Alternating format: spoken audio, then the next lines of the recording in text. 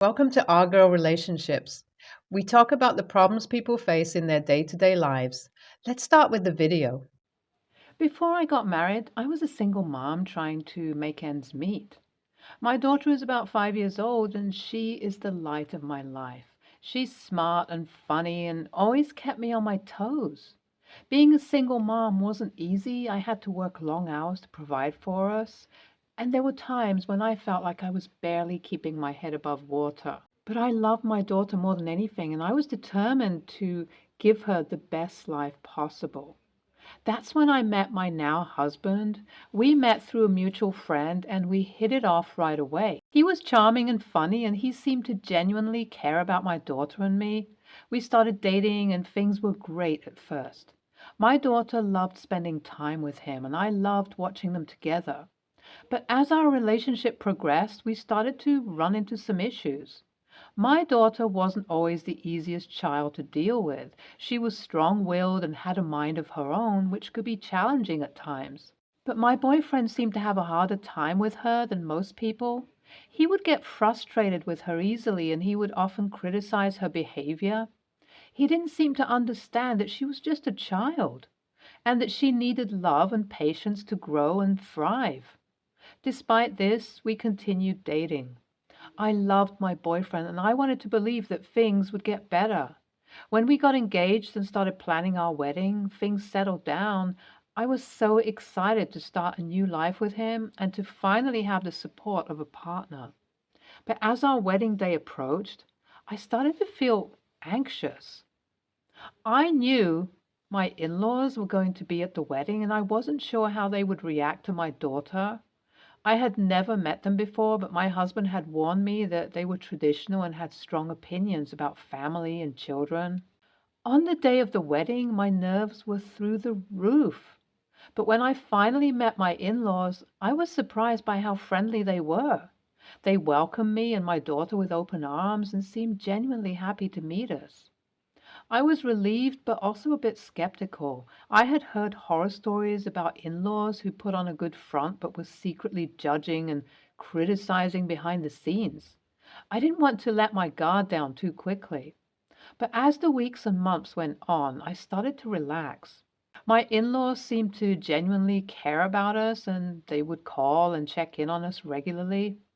They even sent my daughter gifts on her birthday and during the holidays. I started to feel like I had finally found a family who accepted me and my daughter for who we were. It was a wonderful feeling, and I was grateful for their kindness. But as we would later discover, things were not as they seemed. As time passed by and she started to grow, I started to notice some odd behavior from my in-laws. When they had come to stay with us while visiting, they would make passive-aggressive comments about my daughter's behavior, such as how she was too energetic or too loud. They would also make comments about how she looked, criticizing her appearance. At first, I tried to brush it off, thinking maybe they were just old-fashioned or didn't know how to react with children. But as the comments continued, I began to feel uncomfortable and defensive. They thought she was too loud, too demanding, and too much of a handful. They would ignore her when she spoke to them, and they would criticize her behavior constantly. I tried to talk to my husband about it, but he didn't seem to see a problem. He said that his family was just adjusting to the idea of having a step grandchild, and that they hadn't lived with us for so long before. They would come around eventually. It was hard for me to watch my daughter being treated this way. I tried to confront my in-laws about it, but they always brushed me off and said they were just tired or had a lot on their minds. It wasn't until they left that my husband sat me down one day and told me about their conditions that I began to understand. My in-laws had some medical conditions that made it difficult for them to handle too much stimulation. They also had trouble communicating with people who didn't speak their native language, which was why they seemed to ignore my daughter. At first, I was understanding. I realized that my in-laws weren't intentionally trying to hurt my daughter's feelings.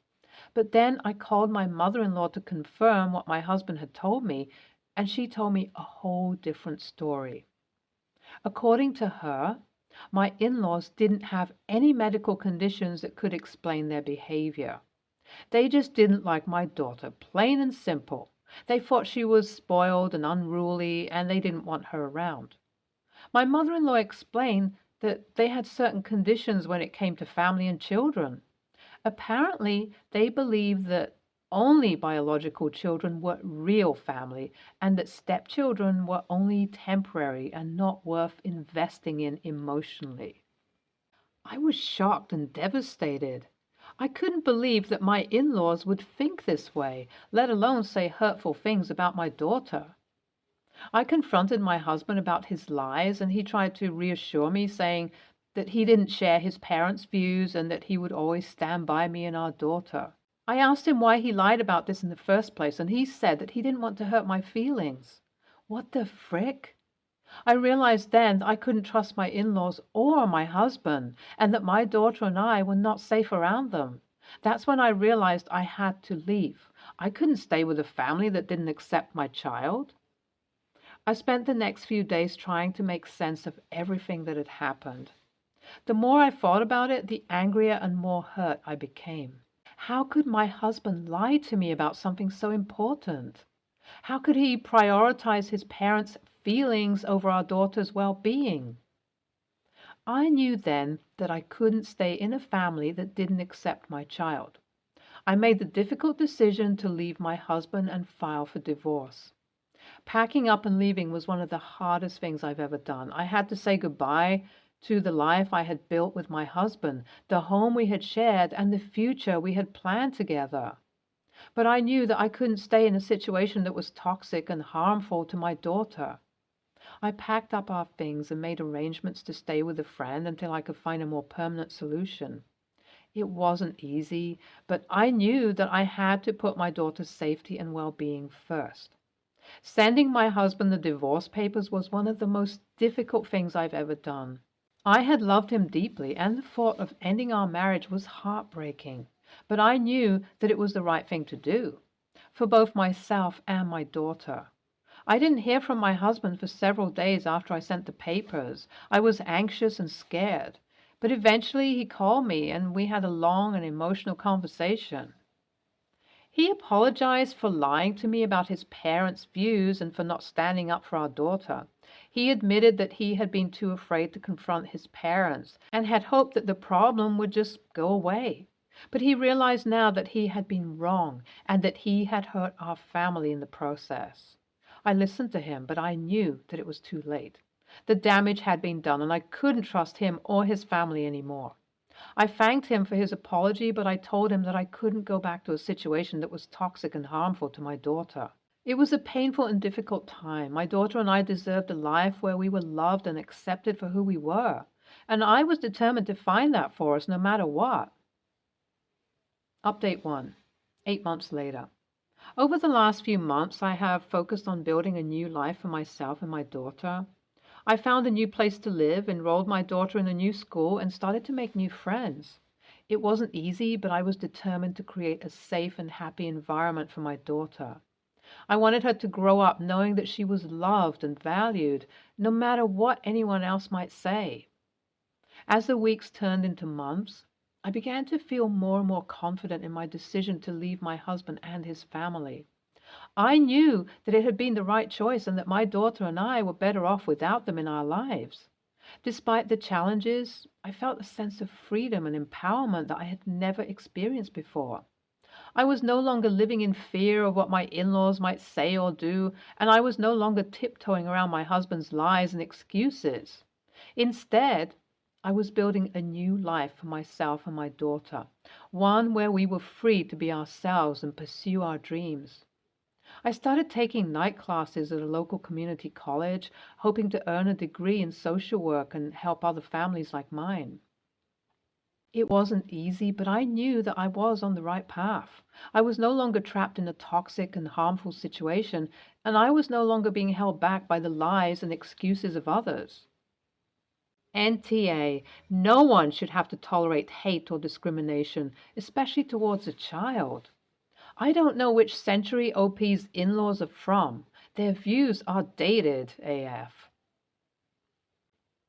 Good on her for getting out of that situation. Her husband violated her trust by lying to her and, on top of that, faking medical conditions. NTA, I wish every parent prioritized their children. Next story. So I, 21, female, have a beautiful brown cat, Midge. She's still a baby and is 10 months old. I found her outside of my work when she was about 2 to 3 months old and immediately fell in love with her. We've had the best time together, and her being my first pet since moving out makes me even happier. My cousin, Tanya, 15, female, visits me a lot since we live in the same city and I enjoy having her. She also really likes cats, but since her father is allergic, they don't have any at home. She really loves coming over to see Midge, and I'm glad to be able to provide her with Midge's presence. School recently started, and before I go back to full-time student, I've been having to work almost 45 hours a week to afford my lifestyle for the next couple of months. Since I was busy, I let her have the responsibility of taking care of Midge, such as feeding her, cleaning her litter box, etc. It was going really well, and I didn't have the chance to take her home since I was going to be at work. I gave her my spare key to lock up and scheduled an Uber to take her to her house. When I came home 8 hours later, Midge was gone. I called Tanya and she swore Midge was home when she left, but after a couple of hours my brother called asking when I gave Midge to Tanya. I was confused and he sent me a SS of Tanya kissing Midge on her Instagram story. I knew then she blocked me from being able to see it and was shocked she would do this to me as well as lie. I had a spare key to their house and went right over and took Midge back when they weren't home. When I got home, Tanya called screaming at me over the phone, telling me I broke into their house and stole her property. I laughed and asked how Midge was hers. She told me since she took care of her, she deserved her since I wasn't home, and she had to save Midge. Her parents were also pretty upset since I did go into their house without permission and told me I didn't deserve Midge from what Tanya told them. They told me they decided my uncle will take allergy medication for Midge and I needed to give her back. Of course, I said no. Tanya ended up calling my mom, lying to her that I abused Midge. My mom called, angry, telling me how I could do this to Midge and if I don't give her to Tanya and her family, she will disown me. Tanya texted me this weekend that if I apologize, she might forgive me. Her parents have been texting me all weekend. They'll press charges since I did go into their home and will take Midge then. I don't know what to do. I love Midge so much, and my mom gave my aunt and uncle permission to go to my apartment and take her. I know this because Tanya texted me this, I'm assuming, to scare me. I am. I'm so scared one of these days I'm going to come home and Midge is going to be gone again.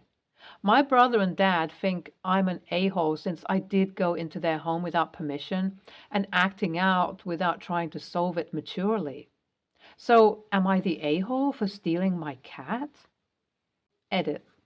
I called and left a voicemail to my landlord and gave a brief explanation of the situation. I am upset since I asked for him to change the locks and he refused. Legally, he was able to, since as a college student, my mom's name is on the lease and he needed her permission. Of course, he called and she refused. I'm scared she's going to come tomorrow, but I do have a friend I can drop Midge off before work. Edit 2. Hi, everyone. I want to say thank you so much for your input and want to put you all at ease and let you know I set up an appointment for Midge to get microchipped this Saturday on my day off. I also did order a small security camera that covers my whole living room front door. I'm still requesting my landlord to change locks, but he still has his foot down. I can't move out since where I live is pretty hard to get a place, and basically everything requires credit, which I do not have. Getting to it. The only negative side is Tanya has been posting pictures of Midge on Instagram, claiming I stole her and have received lots of messages from her friends and classmates from school trying to cancel and dox me. that I don't really care about. Her parents have called to give me second chances to reconsider before they press charges, which I highly doubt they would do. My mom and I aren't talking, and I don't want to go NC with her since I love my mom very much. I'm sure after all of these resolve, we're going to have a mature talk about how she acted and what was wrong. I'll be sure to keep everyone updated if anything else happens. NTA, change your locks. If they want to press charges against you for retrieving your property, in the eyes of the law, a cat is property, then they'll have to admit that your cousin stole from you in the first place. I would just block and ignore all of these people. Next story. I, 21, female, celebrated my birthday this past Saturday. My parents, 52, female, 53, male, insisted, as they do every year, that they take me out for dinner. They do the same for my brother, 16, male. The general idea is that on my birthday, I pick the place we go, and I get to eat whatever I want, which I assume isn't out of the ordinary, but it's important later. There's never been a problem with mine or my brother's birthday dinners until 2 days ago when I picked out a local chain restaurant for my birthday dinner. It's pretty nice, but not over the top, and they had a cocktail on their menu I was looking forward to trying as part of my first drink. Everything was going smoothly until it was time to order our food, and I asked for a New York strip steak, cooked rare. My dad interrupted the waitress as she was asking what sides I wanted to say. "Are you sure you want that?" I said yes, and he said something about not liking blood. I didn't really know what to say to that, so I sat there kind of awkwardly until he asked if I was going to finish ordering so they could order. I told the waitress what my size would be, and then she continued around the table and got everyone else's orders. My dad asked me something about sticking with steak, and I said, yeah, it's my birthday. And that was it until the food came. He started making faces while I was eating and ended up walking out after taking a few bites of his own food to smoke until I was done. He wouldn't come back in until Mom had told him the waitress took my plate away, and once he sat back down, he acted as nothing had happened. I was so upset, I didn't even want to eat the birthday dessert that was brought out for me.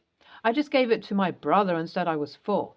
After we left, my dad started ranting in the car about how bloody steaks are gross, and he can't believe he sent me off to college to start eating shit like that.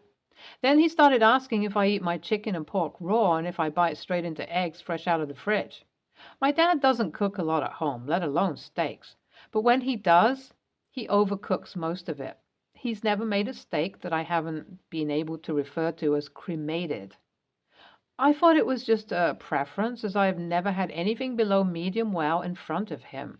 But apparently, it goes beyond that. I tried to talk to my mom about it last night and how it made me feel bad. But she told me that I should have just picked something else on the menu after Dad made his first comment, and that I should have known better even though it was my birthday. I'm confused here. Am I the a-hole? Edit.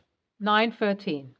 To everyone asking or speculating if my father has a blood phobia, that's not the case.